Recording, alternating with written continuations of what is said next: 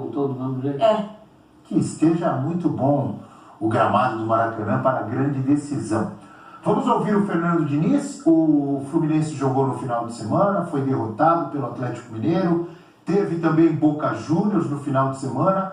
A gente vai falar daqui a pouco do Boca, mas antes vamos com o Fernando Diniz, técnico do Flusão. Não, a gente prepara todos os dias, a gente em nenhum momento abriu mão de nenhum jogo do Campeonato Brasileiro, muito pelo contrário. Hoje a gente trouxe aqui um time que está muito perto da decisão, o melhor time possível para jogar. Tanto que a gente trouxe os jogadores mais jovens com saúde, estava aí, o André jogou, o Martinelli jogou, o Alex estava no banco para entrar. Então a gente está levando o Campeonato Brasileiro muito a sério, muito a sério. Porque o campeonato é difícil para todo mundo, para nós, para o Atlético, para todo mundo é difícil o campeonato. E quando você está em duas frentes como a gente está, ele se torna um pouco mais difícil. A gente está se dedicando ao máximo para que a gente consiga ir bem no Campeonato Brasileiro e quando chegar a final da Libertadores a gente vai fazer o nosso melhor para tentar conquistar o campeonato. Desde que chegaram ou garantiram a vaga para a decisão da Libertadores, Fluminense e Boca Juniors disputaram 5 partidas cada um. O Fluminense só ganhou uma, e o Boca também. Em 5 jogos ou não? Eu acho que menos de rendimento, menos dos números que a gente mostrou, e mais na cabeça do time. O time está claramente preocupado, o Fernando Diniz sabe disso, e também estava preocupado com isso, e é uma situação que o Fluminense não conseguiu reverter.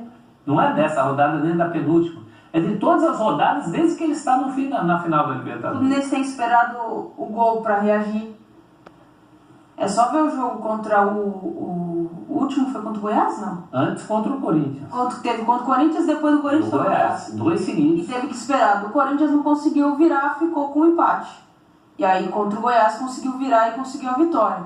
Mas o Fluminense, ele está agora na 8ª colocação com 45 pontos. Está a 5 pontos do Flamengo, que é o 5º colocado, né? E 5 também do Grêmio, que é o 3º. Mas o que se for campeão, ninguém vai nem comentar nada sobre as opções do Diniz de mesclar o time. Se não for, aí vai questionar o porquê, porque aí você deixou o brasileiro de fora, não vai conseguir pegar uma Libertadores da América, vai ficar mais difícil, são só 8 rodadas. 8 não, né? Tem um jogo também para fazer? Não. Vão questionar, mas eu, por exemplo, eu não vou esperar o que vai acontecer no sábado para falar. Vou falar agora. Eu agiria da mesma forma. Ele tem muito jogador que já estava no limite, né? Tanto Boca quanto não tem como, por mais que você faça força, não tem como você não estar totalmente mobilizado, focado, pensando, sonhando, planejando a grande decisão da Libertadores. Por mais que você faça força, o Boca tem lá os compromissos dele na Argentina, como o Fluminense tem os compromissos do Campeonato Brasileiro, não pode largar, tudo bem, mas não tem como você estar muito mais com toda a atenção, com toda a preparação. Tem um jogo a seguir que eu possa recuperar esses 3 pontos que eu perdi, ok. A Libertadores não.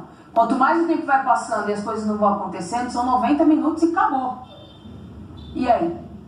É um time que na própria 90 ou 120. Na própria Libertadores já deu umas rateadas dessas. Isso que eu estou dizendo. Isso faz parte do time do Fluminense. Não, talvez seja mais grave ainda. No caso contra o Corinthians, não foi que já estavam pensando na final. Acho que não. Não, foi um desligamento ali. Eu acho que é mais nesses últimos 10, por exemplo. O jogo de sábado já, esse jogo de fim de semana, tanto pro Boca quanto pro Fluminense, já não tá com a cabeça ali. Você pensa diferente, Eugênio? Não, eu concordo com você, Abel. É muito difícil, né? Mas tem um problema, que é o problema de você chegar na final com o seu time jogando entrosado, num ritmo de competição alto. Eu entendo muito futebol assim, né? E a gente tem vários exemplos ao longo da história dessas próprias decisões de Libertadores, né? E de outras competições. O time que se desliga muito, ele perde um pouco do foco. Desconecta. E perde aquela questão do jogo, de estar em ritmo de competição. É claro que a essa altura da temporada, com mais de um ano de trabalho, no caso do Fluminense, né, o time já tem os seus movimentos e o seu entrosamento, a sua compreensão, a sua ideia de jogo muito assimilados. Mas ainda assim, o ideal é que o time, isso é uma utopia talvez, é que o time chegasse jogando bem, ganhando jogos com muita confiança, com certeza de que está pronto mesmo para a final. Isso vale também para o Boca. Os dois chegam assim, caramba, eu não tenho certeza se eu vou conseguir ser 100% do que eu posso dar, porque eu não faço isso há algum tempo. Dentro de campo, na hora que a bola rolar, que a gente vai ver quem vai estar realmente inteiro. Tenho confiança que o Fluminense tem mais bola que o Boca, que quando se concentra ele gera futebol, ele é superior tecnicamente, taticamente ao Boca, só que ele tem oscilado muito. E essa oscilação pode ser perigosa num jogo único de final, né? E às vezes não dá tempo de você buscar um resultado quando você sai atrás. Tem um jogador de linha que não foi poupado desde que o Fluminense se classificou, sabe quem? É o Cano. André. O André também, né? Mas o Cano também tem jogado no jogo regularmente. como titular. Sim. É que esse jogo de sábado é um jogo fora dos padrões. E o André é um jogador de ponto de equilíbrio do Fluminense, né? Ele é aquele jogador que o jogo passa muito por ele. A maneira de jogar do Fluminense depende muito do André. Uma eventual ausência dele mexe demais com o time. E, além de tudo, é um jogador jovem, que provavelmente está fazendo seus últimos jogos com a camisa do Fluminense. Ele deve ir embora para o Liverpool na janela de janeiro. Então é hora de usar ao máximo esse jogador. Mas há sempre o risco de você gerar um desgaste e que dele sentir esse desgaste, por mais jovem que seja, no momento decisivo, que é a grande final do próximo sábado. Pelo menos nesse caso, você tem dois times numa condição parecida. São os dois em busca do brilho, não vou dizer em busca do brilho perdido, mas em busca do brilho guardado. Os dois estão nessa condição. Se você o brilho que o Boca não teve na temporada. Mas na condição, da sua melhor condição, né? O Boca está guardando sua melhor condição e o Fluminense também. Eu acho também que a melhor condição do Fluminense é melhor que a melhor. Os dois não têm vaga para a Libertadores 24 pelos seus campeonatos. O Boca ainda está disputando a Copa Argentina. Se for campeão da Copa Argentina, aí consegue a classificação.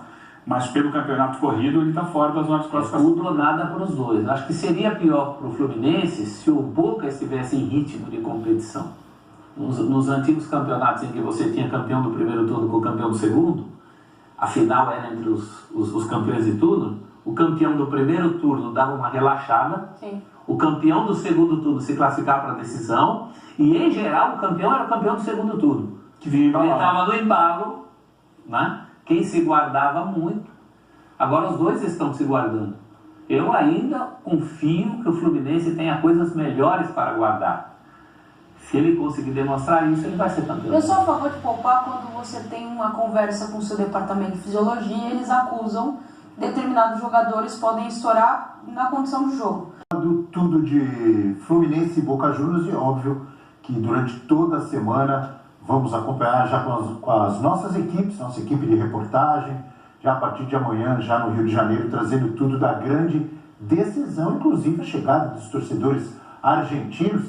Será que vem tudo aquilo que eles estão dizendo? Mais de 100 mil? Muitos. É gente demais. 100 mil? Eu vi outro dia lá no Diário Olé, os caras falando que vem mais de 100 mil. Posta alguma coisa ou no seu site. Está tudo quebrado lá. Imagens do Rio de Janeiro, conversa. Amarelo, só para criar expectativa aí de terror.